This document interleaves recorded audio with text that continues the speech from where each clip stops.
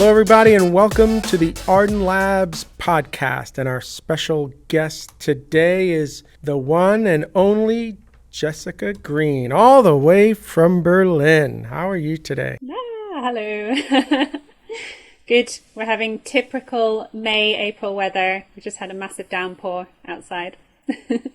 Oh, when does it start getting so hot that you can't even buy a fan? Well, isn't that like around June? I mean, you still got time. Yeah, exactly. Yeah. Anyway, we're not here to talk about weather in Berlin. We're here to talk about you. So why don't you start very quickly and just give everybody like kind of 2 minutes around what you're doing today? So today I am a software engineer focused predominantly on backend at Ecosia, which is the search engine that plants trees. And I have been working there for about 2.5 years now. And it's actually my first job in tech. So I'm a career changer.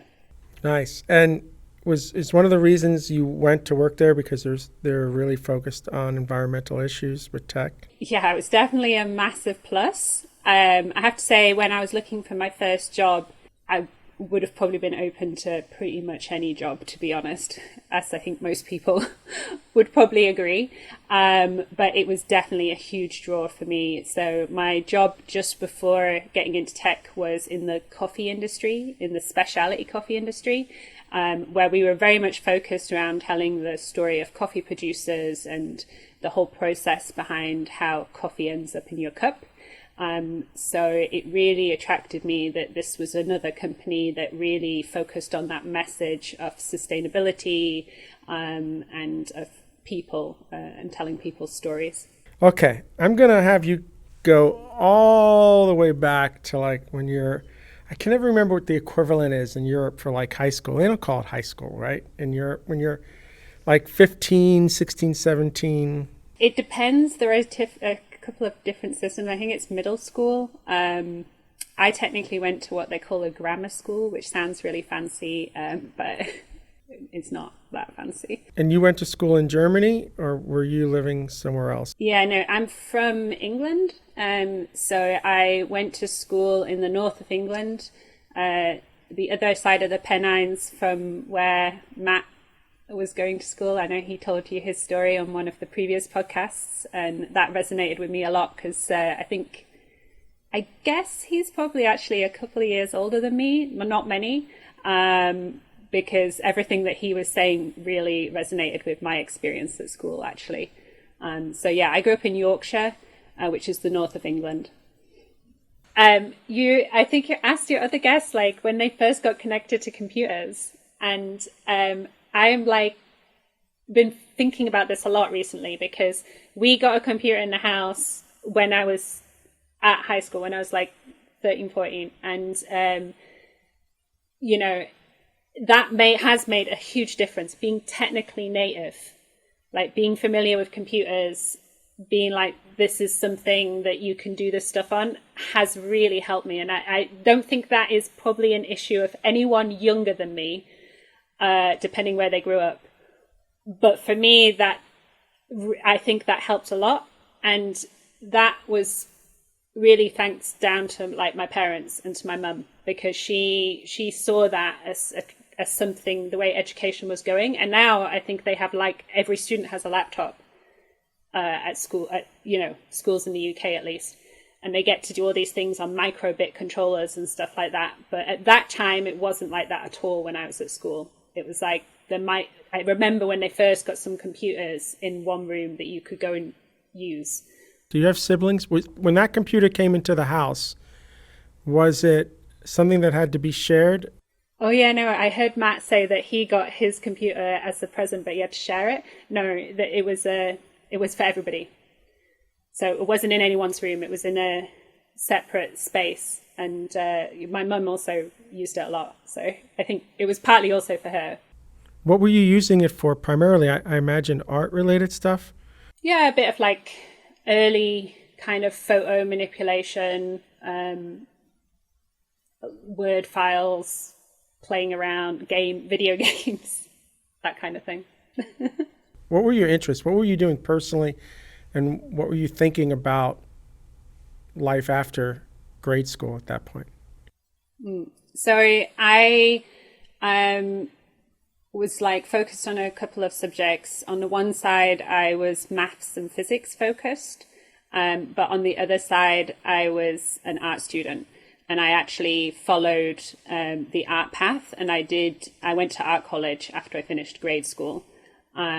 So that was very much the direction I felt that I was going in. I had already started doing a little bit with animation, and that was actually my real interest. That was kind of where I thought I was going. So I'd done a little bit on Flash, and I'd also done a little bit of like adding Flash into websites at that point. But then I U-turned completely. So I went to art college after I finished grade school, which was great. Got to draw happy lines and sad lines and angry lines and sit on a hard floor for a week long, all those kind of fun things you do at art college. And then I went to university to study media production with a focus on animation. But somewhere along the line, I kind of got captivated by film cameras and cinematography, and I actually ended up switching my focus to cinematography. So my studies were predominantly in film production with a focus on cinematography and being a camera person. All right, slow down. Okay. There's a lot going on there. Yeah. So anytime I hear somebody's an art major, it's horrible, right?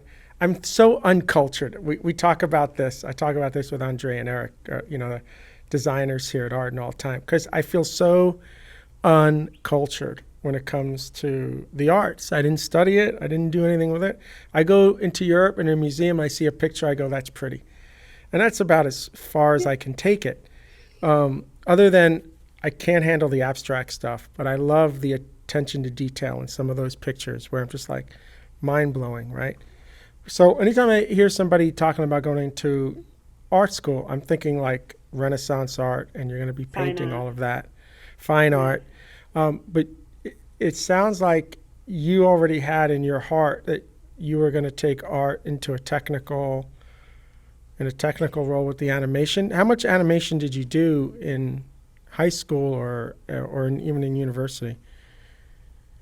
I'd started playing around with Flash, as I mentioned, and a little bit of like stop animation, kind of using a camera at home. So not a huge amount, but started kind of playing with it. And I really liked like mixed media. I was a big Radiohead and Goldfrapp fan at the time, so I just really wanted to make cool images to the music that I liked.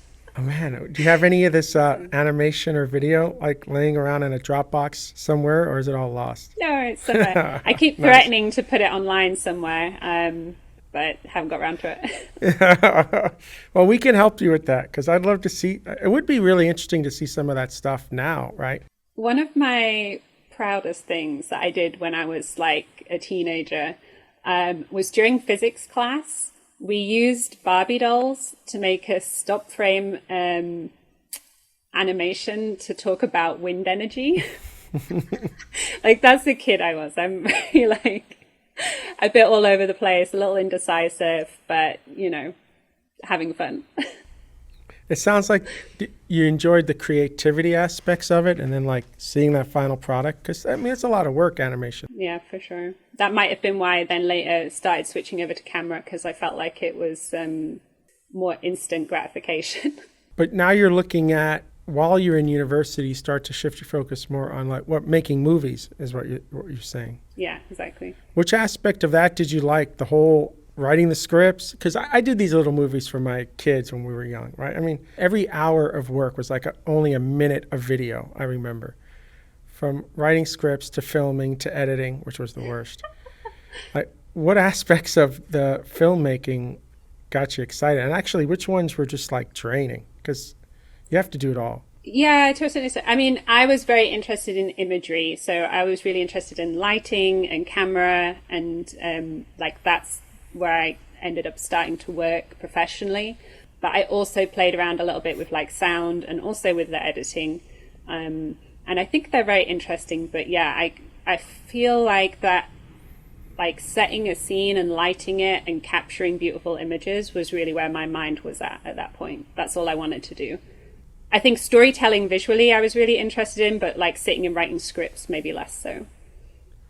Lighting for us is the absolute hardest thing that we, after even 2 years of doing this here in the studio, lighting is our biggest struggle.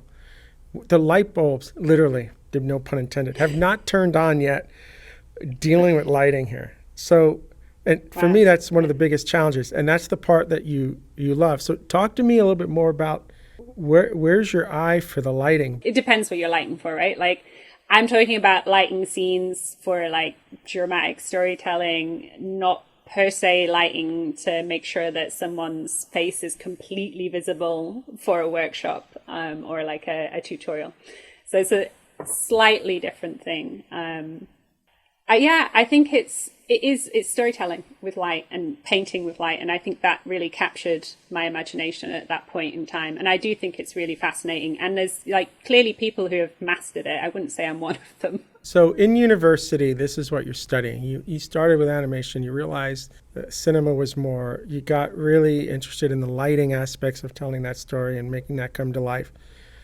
I'm curious, what else are you doing at university? Is there anything else that you're kind of passionate about outside of this degree that you're going after? I was fairly consumed. I was also working already in the film industry during my degree. So I pretty quickly already I think in my second year, started getting paid work as a camera assistant. So yeah, that's the thing. You realize that it's all really nice to be wanting to like set up the lights and call all the shots, but the reality of the job is you have to get in at the bottom rung of the ladder, which normally means crawling around in the dirt, plugging in cables, running batteries back and forth, setting up monitors, making the tea.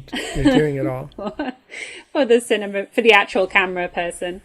Not quite as glamorous, but I was working pretty much alongside doing my degree, and I did have the opportunity where I could have probably left and just gone full time into the industry, but I really kind of wanted to see the degree through to the end. What was the job? Was it a TV studio? Was it theater? Like what are you filming? Yeah, predominantly like indie movies at that point.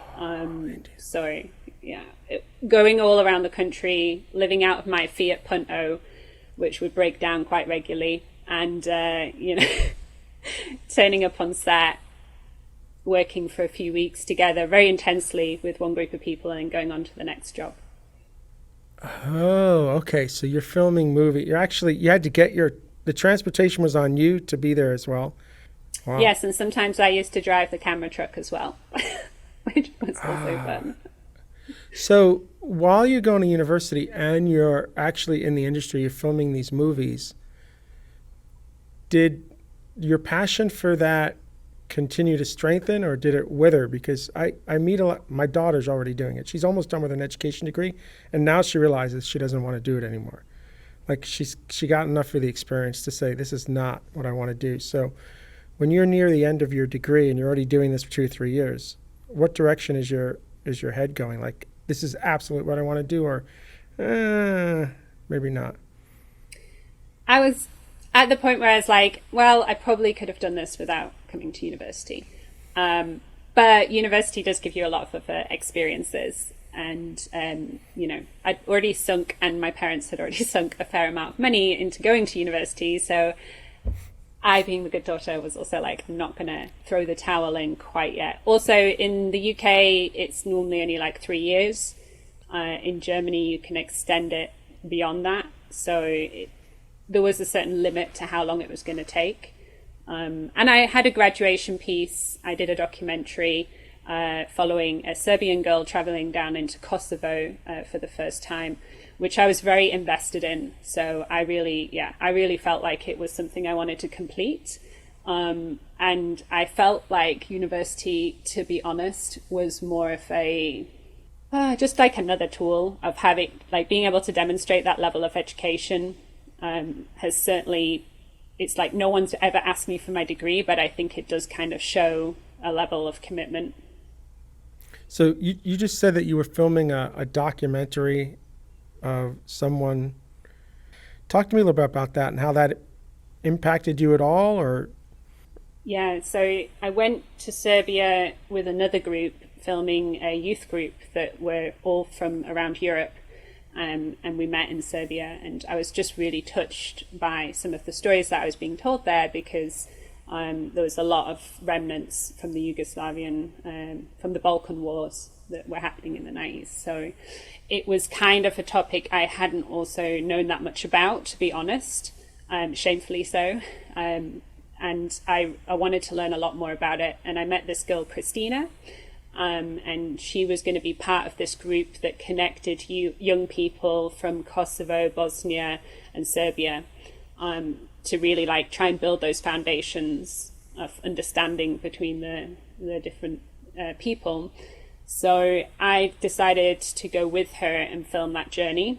And yeah, it is different filming a documentary to something that you've just kind of like created out of your own head.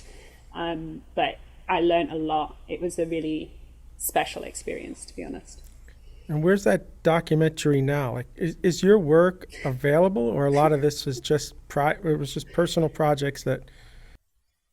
The biggest shame is I really should have put it out there, and I should have put it into some festivals, and I kind of didn't. I kind of finished my degree and moved on, and I was getting all this work as a camera assistant, and kind of just went with that.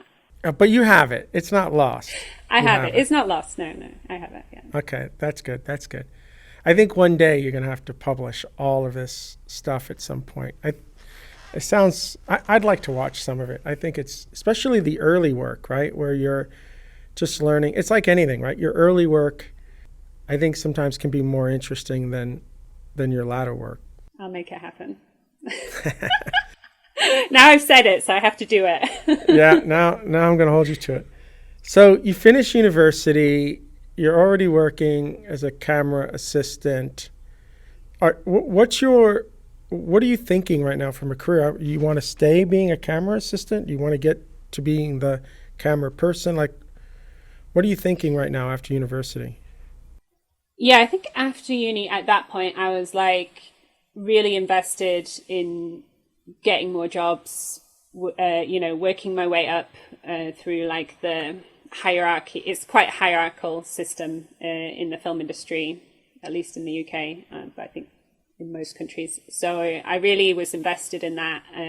But not that long after, to be honest, I was also getting a bit frustrated with it. Like, it's a very, you have to like move around a lot. I always had jobs in different places. A lot of work for film in the UK is in London, or secondary, maybe Manchester. I actually studied up in Newcastle in the northeast. And I would have loved to have stayed there, but there just wasn't a lot of work around at that time. So, yeah, I was in it, but I also kind of was thinking, where is this ultimately going? It's quite difficult to also push through and be very successful and become like a cinematographer, to be honest. So you have to be around 21, 22 at this time. So what is your next thing? So you're starting to realize this. And so what happens next? What gets you out of this industry into the next one? Well, so I met my partner in the UK, but he moved to Berlin, Germany. And it became, we did a little long distance, but it became evident that probably wasn't going to work for us. So I moved over to Berlin to be with him. And when I moved here, I also thought about continuing the film work. However, it's very contact based. So it's like really who you know. And I just kind of really didn't feel like I wanted to go back in at the bottom and work my way up again. So that was what switched me to wanting to make a change. And I think moving to a different country also really helped with that. I had to learn German, so I took time off to do that. And that was when I ended up thinking I want to do something different. And initially I thought I wanted to go back to animation and like the kind of digital arts. But what I ended up doing was getting into coffee. and becoming a specialty coffee roaster for a roastery here in Berlin. What was your partner doing at the time? Did he just want to go to Berlin, or he had a job, or like? He kind of wanted to be in Berlin because his friend was here. He's also like bilingual, so he speaks German already, so that was less of a barrier, I guess. He'd lived in Germany before, not in Berlin though. Were you excited about Berlin? Were you excited about leaving England? Yes and no. I think I didn't know much about Germany before we moved here, and it was a really like pleasant surprise, to be honest. And I'm not sure Berlin is completely representing Germany, but I do really love it here. I love living here now, and I wouldn't change that for the world. But yeah, definitely there was like some anxiety. I was really happy to not per se live in England or the UK. Like, I wasn't per se looking to leave, but at the same time, it wasn't a big barrier for me to live somewhere else. So you're roughly about 22, 23. You move to Berlin. You decide that you're not going to start over in this industry that it seems to me you're not terribly excited about anymore. You think you're going to fall back on animation. You're waddling there, and you take this job to learn how to be a barista, right? Like you're going to really specialize in. Tell me what this means. Like, is this job all the way from the picking beans out somehow? Talk to me a little bit about what this is. So it started as I needed money and I went to look for a job, and my German wasn't amazing. So I was like, I really need to work somewhere where they're going to accept this level of German and English. And I ended up in this coffee shop that was just starting to open its own roastery and like really get focused on like the whole process. So I started as the person that was like cleaning the tables and dishes, but just got really into it, like bitten by the bug, like truly. So then I learned how to brew coffee and how to make beautiful latte art, and you know, that level of professional service was very interesting to me as well. But as I progressed there, I then became a lot more interested in kind of the product behind it and the coffee roasting itself. So they use like old 1950s machines that have been refurbished and have like extra probes, so you can see, they can read out all of the temperature measurements.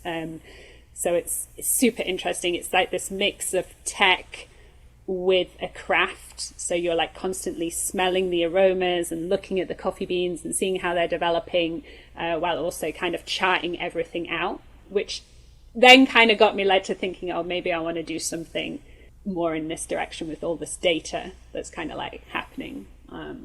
But it was the whole thing. I got amazing opportunity to go to Ethiopia and Kenya and meet the coffee producers that we were working with, to see how coffee is grown and produced and all the different processing styles that exist. I think it's an absolutely fascinating product. You started in a retail store. So did you move into the corporate area of this company at some point because of your interest? It's like you're blending your artisticness again with the technical know-how. Yeah, I think that's what I really liked, and what I really like about all of these different kind of careers that I've had is it's like that blend of creative and technical. And I was pretty involved in kind of like a wholesale as well at a time. So talking to customers, and I think I'm that kind of person that if I get really interested in something, I'm fully in, and I want to explore it as in depth as possible. How long were you with this company? Just shy of 5 years. So you can try age me now. Well, time does help sometimes with the story because you want to understand the climate you're in. That's true. But what's interesting to me is within 5 years, you went from cleaning the tables to helping that corporation with the entire even bean selection, right? And then data analysis on what? On the beans, how long to cook them, how long to roast them, tell me what you're doing with the data. A lot of it's about moisture loss with coffee roasting, actually, which is really interesting. So you're looking at how much moisture the raw product has, and then how that gets lost over the roast process. And of course, what we're looking for is the effect that it has on the taste. So you'll get a new coffee in, and you'll try roast it a few different ways to see which style is going to give you the most in the final cup. And you're helping out with that part of the business? Yes. You must be roasting bags at a time, right? Like, so you have to be really clear on what you want. Yes, absolutely. And also consistency is really key. So, I mean, the machine at that point was, I think, a 20 kilo machine. But because of the moisture loss, you maybe get like 17.5 kilos roasted coffee out of 20 kilos in. You'd have to do multiple roasts and make sure that they were as consistent as possible, because it's a product, right? You don't want someone one day to drink your coffee and be like, oh, it's like this, and then the next day it'd be completely different. I don't know nothing about coffee. What's now coming into my head is two things. You can't use the coffee beans until they're roasted, and then I could buy the same bag you could, and it could be two separate experiences. Yes, yeah, absolutely. But when I walk into a retail store at that point, everything's already been roasted. Is that the idea? Yes, and I think there's just so many different ways to impart flavor in coffee. But like roast style is part of a brand. So the other part of the brand of the roastery I worked for was not blending. So everything was from a single origin, which meant predominantly that it was, if possible, from the same farm. I'm feeling like this is whiskey, right? Single malt, blended. Yes, the blendeds are always difficult to keep consistent, right? You have to do that. There's a lot of parallels. Like wine, it's very close to, you have a lot of similarities to wine. Like we would use tasting notes similar to how you'll see on wine in the coffee descriptions. And like one of the best parts of the job is you just have to like taste all these different coffees and like kind of say what flavors you're getting out of them. It's really fun, actually. Now, are you doing any sort of data gathering and data analysis? Like I was curious where the computer starts to come in, where the software development piece starts to come in, right? Because everything you're doing is technical, but this seems to be the first time where maybe some data gathering and analysis is going to have to play in. Yeah, I mean, one of the biggest shames that I always found was like not having enough time to like really go through the data that we collect, because we collect a lot of data. So you wouldn't only have the roast data from the temperature probes, but we would have like the moisture content of the raw product and the roasted product, the different weights. You can also use the machine to measure the color of the roasted product. So we would have that data too. We'd have the taste data. We have like sheets where we score everything in different levels. And rudimentally, we would use that data. I mean, I'm saying rudimentally. To me, I would have liked to have done more. But we would use this data to then determine how we would continue roasting that coffee, how it might need to change over time as the coffee ages. And I always kind of felt like, I want to do a bit more with this. So yes, that was definitely a point in my mind where I started to switch and think, maybe I'm interested in some kind of other style of work. Is all this data happening on paper and I don't know why I get the sense from you that it's all paper and pencil. Like a lot of it, yes. And Excel sheets. Oh my goodness. Interesting. I guess maybe that helps you keep a craft very close. Like, I don't know. It's interesting, right? If we put it too much in the computer, then do you feel like it loses its humanity or something? Probably not. I think that was more just the way that we were set up to doing it. But I mean, I think there is an element of, I've seen in that industry many approaches to replicate what is traditionally done by human hands, let's say, to varying degrees of success. So I think there is an element, it's a chemical it's all chemistry, right? Like coffee is all chemistry.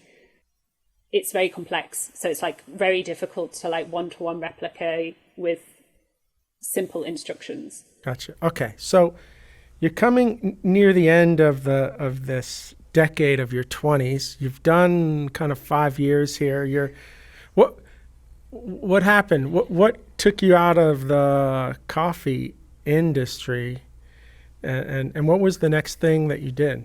Yeah, so I was already out of the 20s, I will say, at this point. So you just rounded the corner. I know. I let you cut a couple of years earlier. Uh, but I was kind of thinking a few things, I guess. Like, to be real, I was kind of thinking, do I really want to do this another 5 years, another 10 years? Like, where am I going with this? Financially, I was thinking I'd like to earn a little bit more. It's a very physical job. Like, you get 70 kilo sacks of coffee beans that you have to like drag in from the truck. And I kind of was not sure if I wanted to keep doing that aspect of the work. And yeah, I was looking for a change. Well, your career path would have been opening up your own roasting, right? I mean, at that point. Yeah, and I didn't want to do that. I wasn't interested in opening my own business, to be honest. That I knew. Okay. So then you decide now you're going to do something new. You have experience with this already. So do you have that hesitation, sense of fear going from something comfortable to something completely new? Yes, I think that's pretty natural to have a sense of anxiety of like, oh, I'm going to throw myself into a situation where I know almost nothing about it. However, I also find it quite liberating personally, of being like the least knowledgeable person in the room and having lots of people to learn from. I found like I really enjoyed that when I got into coffee, and like I was working with all these baristas who I could look over the shoulder and see how they brewed espresso and got the extraction correct and how they made latte art. And I really vibe off learning. So I really kind of don't mind actually being the least knowledgeable person in the room. So what happens now? Where did life take you? So I'm celebrating my 4-year anniversary actually. This weekend 4 years ago was when I finished that job in coffee. And I took the entire summer off because I needed a break. And I think, a lot of people, when they start to learn to code and they do self-learning, which is what I did, they're doing it alongside working a full-time job. And I knew I couldn't do that. So before I left, I did start to look into programming because I had this earlier experience of like Dreamweaver and building some like kind of websites, and mainly with the Flash animation. So I started to look into it, but I really needed like full focus if I was going to make the switch. And I knew that about myself. So I took the entire summer off. And then in the October or the fall, I was doing a German class. And then alongside that, when I wasn't doing the German class, I was studying programming, starting with Python and JavaScript. All right, I want to pull you back. So I think you're not telling me something here, because Okay. up until you had done some software stuff with the animation. You've done some of that. You were doing data analysis, right? Somewhat in the coffee side, but I haven't seen anything so far in your story where like heads down software development is kind of on your radar screen. Was there something in between the time of the edge of the finishing the coffee and taking that break that came up on your radar screen? Like, this is what I want to do. There's got to be something, right? That the light bulb goes on there. I mean, my partner was really suggesting I become a programmer as well. I think he's hoping that I start earning enough money so he can retire. The dream. Yeah. So I think his support really made a difference for me too. He works in video games, so I think having some scope of this lifestyle did help. Okay. The influence is coming, I think a big influence is coming from your partner. Like, there's an industry here that you should tap into. Yeah, and like what that might look like lifestyle wise. Because I'd say part of it was also, I I never had thought that I would want a job where I'm sat at my desk all day, to be honest. But at this point, I was thinking I definitely need to change it up a little bit. So you take the summer off. You just walk around Berlin with open bottles of beer. I know, I've seen it. It's all good. I'd love to do that right now. I love that part of Berlin. So you take the summer off, you fight the bees, you get into the fall, and you decide to start taking formal classes then? So actually here in Germany, they have a very supportive system for people who are jobless. I mean, I say very supportive. It still somewhat depends on who you are and where you're coming from. Let's be clear. But very fortunately for me, I was able to get quite a bit of support from the government here, which included a budget for further education.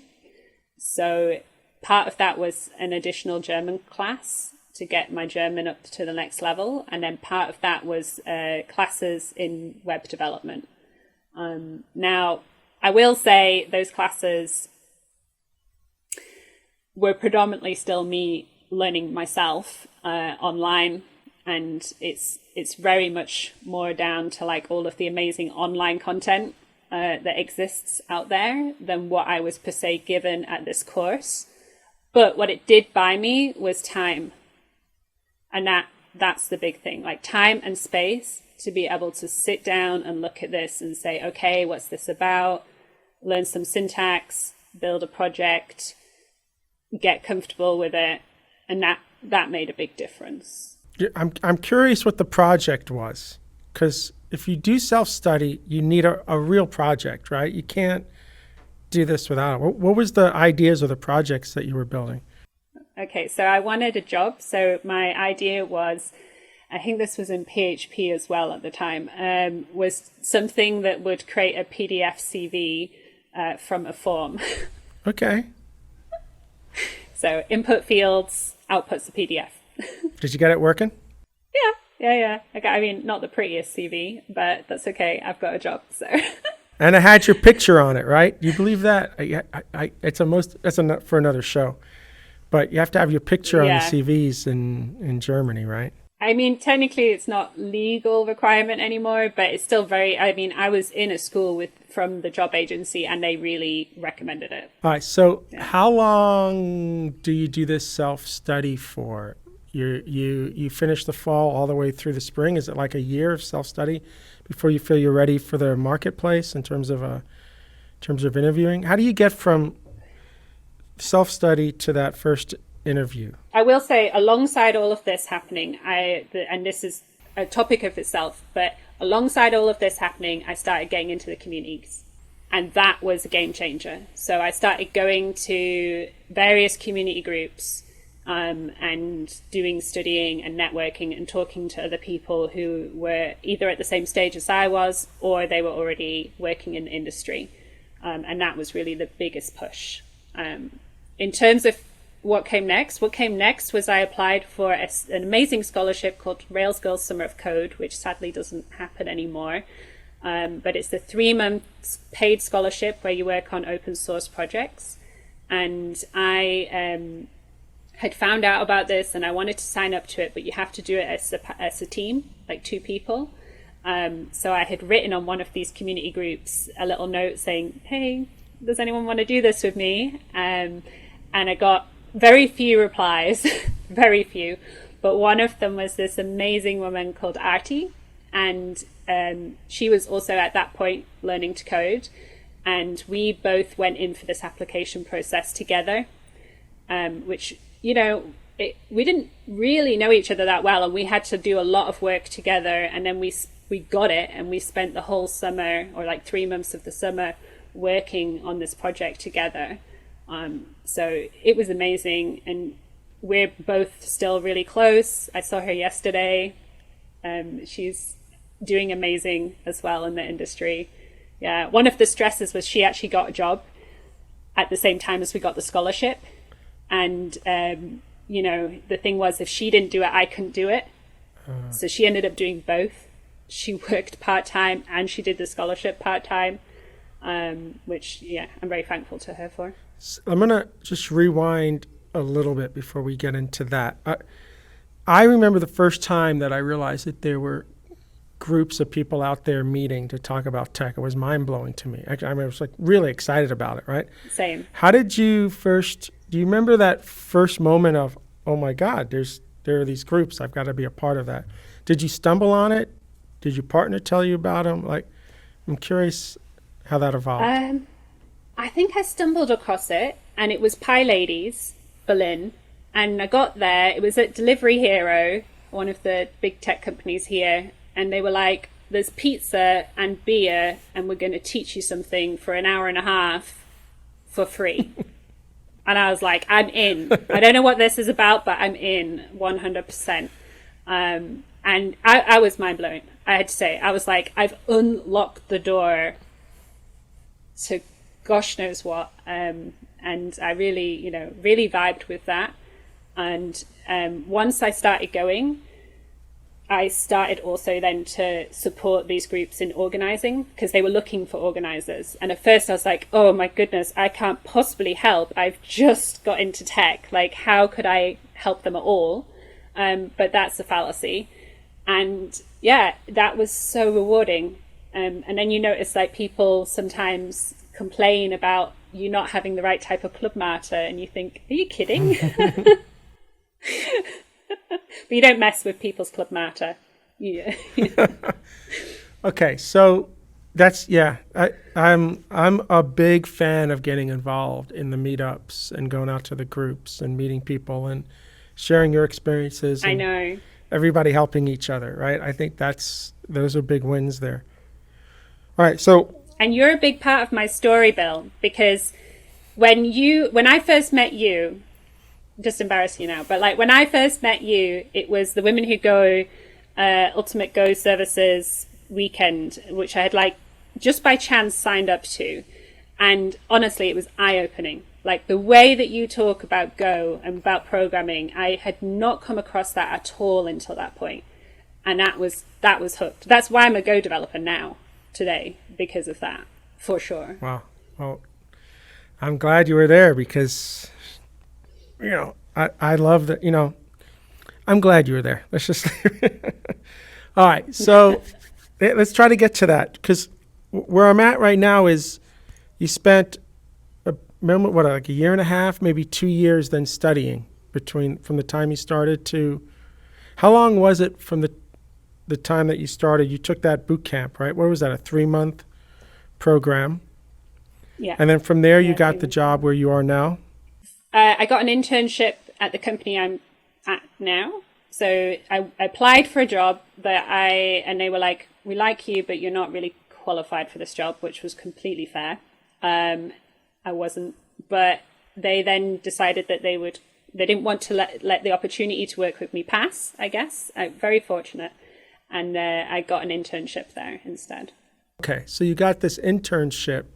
Wow, that's really interesting. Because at that point, what was the tech that you knew at that point? What were you learning at the school that you'd gone to? I'd done a bit of JavaScript, mainly JavaScript, because I'd done predominantly like web-based stuff and front-end things. The scholarship that I did, we were mainly working with Vue.js. I'd done quite a bit of Python, and I'd done little bits of Go with Rona at Women Who Go. So, and the assignment for this position was in Go, and I know you've asked some of the other guests also about like assignments and if they got something from it. And like for me, doing the assignment was one of the best projects I've done. Like I really, really enjoyed it. I certainly spent way too much time on it, or I spent a lot more time than the intention was of the assignment. But it was a very good small project to get going. And I really valued having that opportunity, actually. Okay. Right. And when you submitted that project, do you think that had a big role in them saying that this is somebody we want working here? Yeah, I think so. I mean, I definitely tried to go above and beyond. And I, took it to the point where like I even asked Rona to support me in terms of like having a look and telling me if there was anything glaringly obvious that I was missing. Not to be like, can you do this for me? It was very much like my own work. And Rona, she wouldn't have let me have it otherwise. But, I think I did make a big impression with that. And I had met the company previously because of Women Who Go. So Rona had organized one of the Women Who Go at Ecosia previously, and I was there and I'd met some of the developers there. So I would say this probably also impacted. Was it a paid internship or was it your volunteer time? They hadn't had an internship before. They created this purely for me to be able to join the team. So part of me also being there was to define a little bit what this was going to look like. We settled on a payment that was the working student rate, which is like an hourly rate, but we just worked with that on like a 40-hour week to make like a monthly salary. So yeah, it was paid, which it would have been pretty difficult for me to have done it without it being paid because I didn't have any money left in the bank at this point. And it kind of had to define a little bit like how that was going to look and what I would like to have do in this. I had a really supportive mentor in the team who worked with me a lot at the start, and I think I was really quickly contributing code. Like even in the first week, I was starting to write a new service, and very early on, I also even did like daytime on-call shifts, and like really embedded in the team.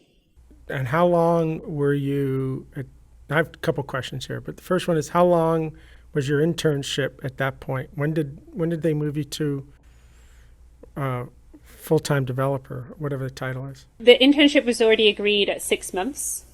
So it was 6 months, and then they were like, I think after 3 months, we're already going to keep you on. Like, we know we're already going to be able to make space for you in the team. And then I became a junior engineer. Do they still have this internship in place? Or are they still using it, leveraging this idea? Very, very sadly, no. We do not currently have this in place. What we did do last summer, which was an initiative that I supported a lot, was we did Ecosia Summer of Code, which was like a light version of the Rails Girls Summer of Code that I had done before I joined at Ecosia. So the Rails Girls Summer of Code program was supposed to run last year, and we had people apply to do it with us because you provide like a space and maybe equipment and mentors for the team. And then it got cancelled. So the two teams that we had already kind of been involved with, we said, hey, we'd like to still put something together for you. And in the end, it was one person from each team. So it was only one team that we ran this with. It was only 6 weeks. And essentially what we did is have kind of like an open door hours where there would be a developer from Ecosia available for them to ask questions to. And then they would have knowledge sharing sessions that would be about like an hour and a half on a specific topic. So some of them were about test-driven development, something about like QA, something about like audio and the web, like a broad range of topics. And these two developers did that in their own time. At that point, we didn't offer financial support, and we're hoping to repeat it, but with financial support, because I do think that's very, very important.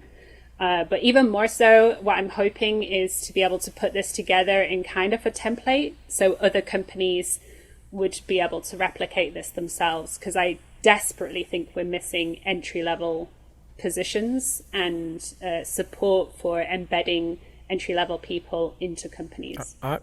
I'm with you 1,000%. I mean, look at from a company perspective, look how valuable you are to them, right? They gave you a chance. It cost them technically very little when you look at corporate finances.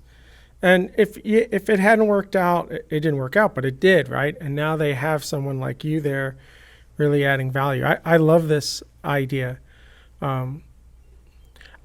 My problem at Arden really is I wish we could do more of it. We're not a product company, you know.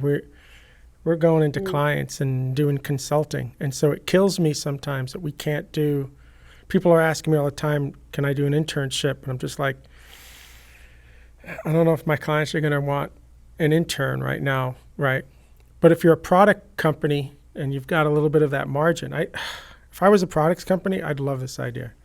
I mean, I think we have to get creative of how we do it, because I think there's a lot of stigma around having entry-level folks and then being a burden, to just put it as it is.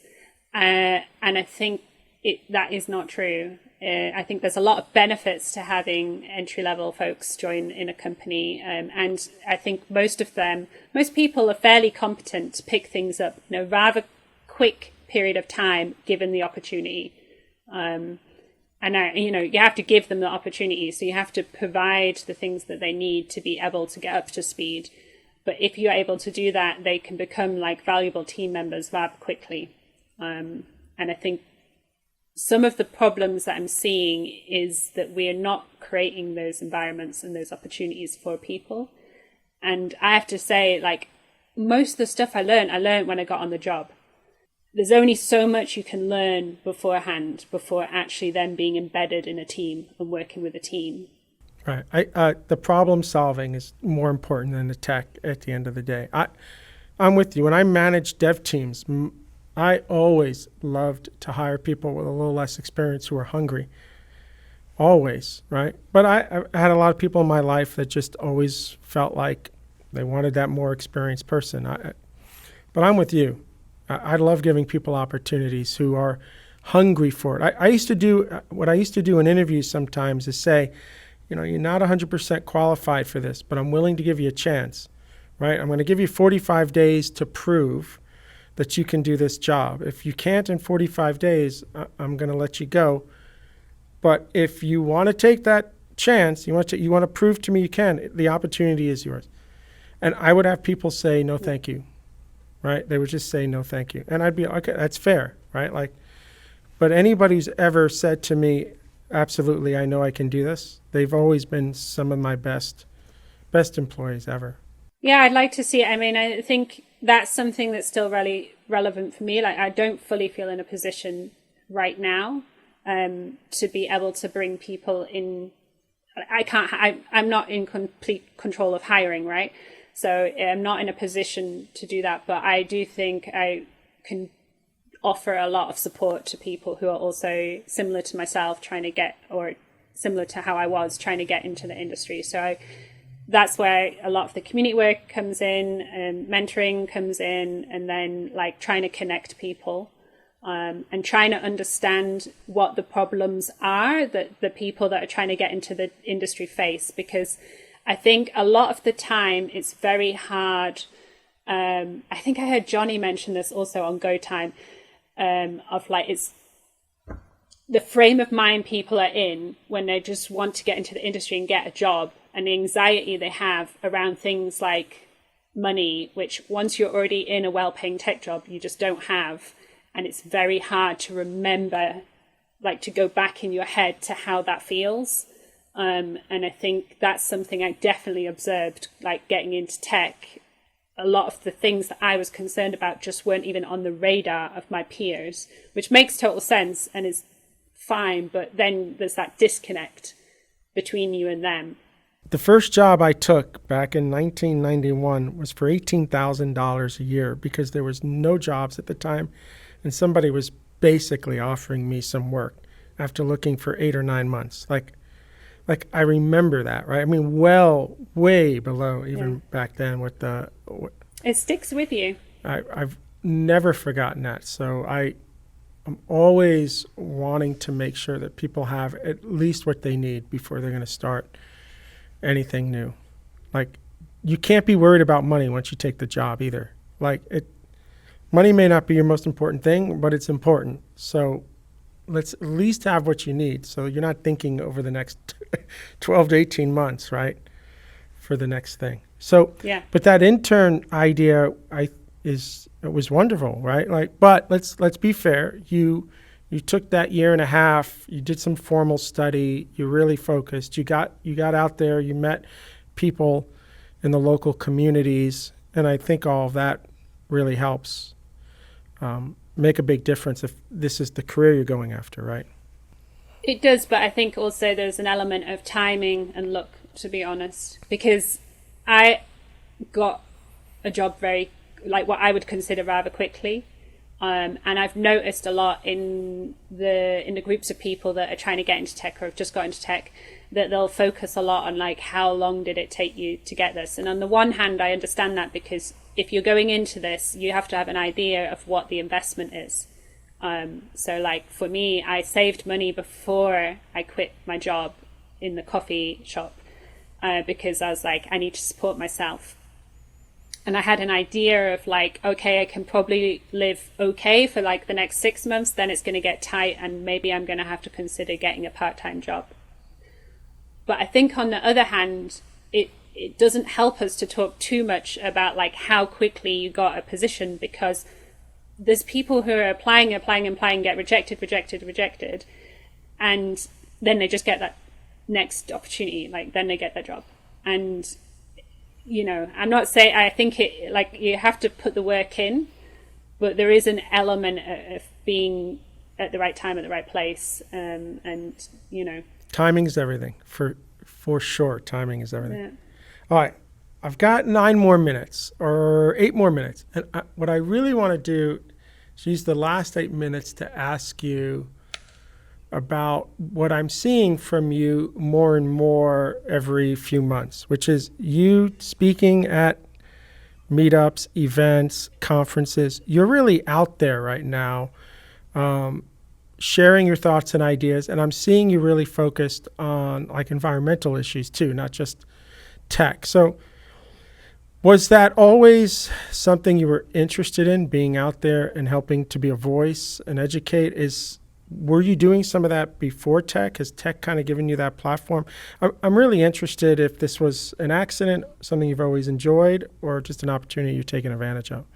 All of those options, I would say.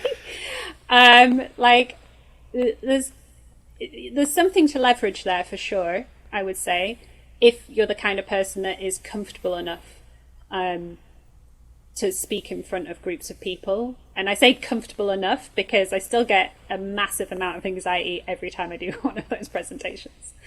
I did do quite a bit of it also when I was working in coffee, to talk about what we were doing at the coffee roastery, but also to talk about different producers.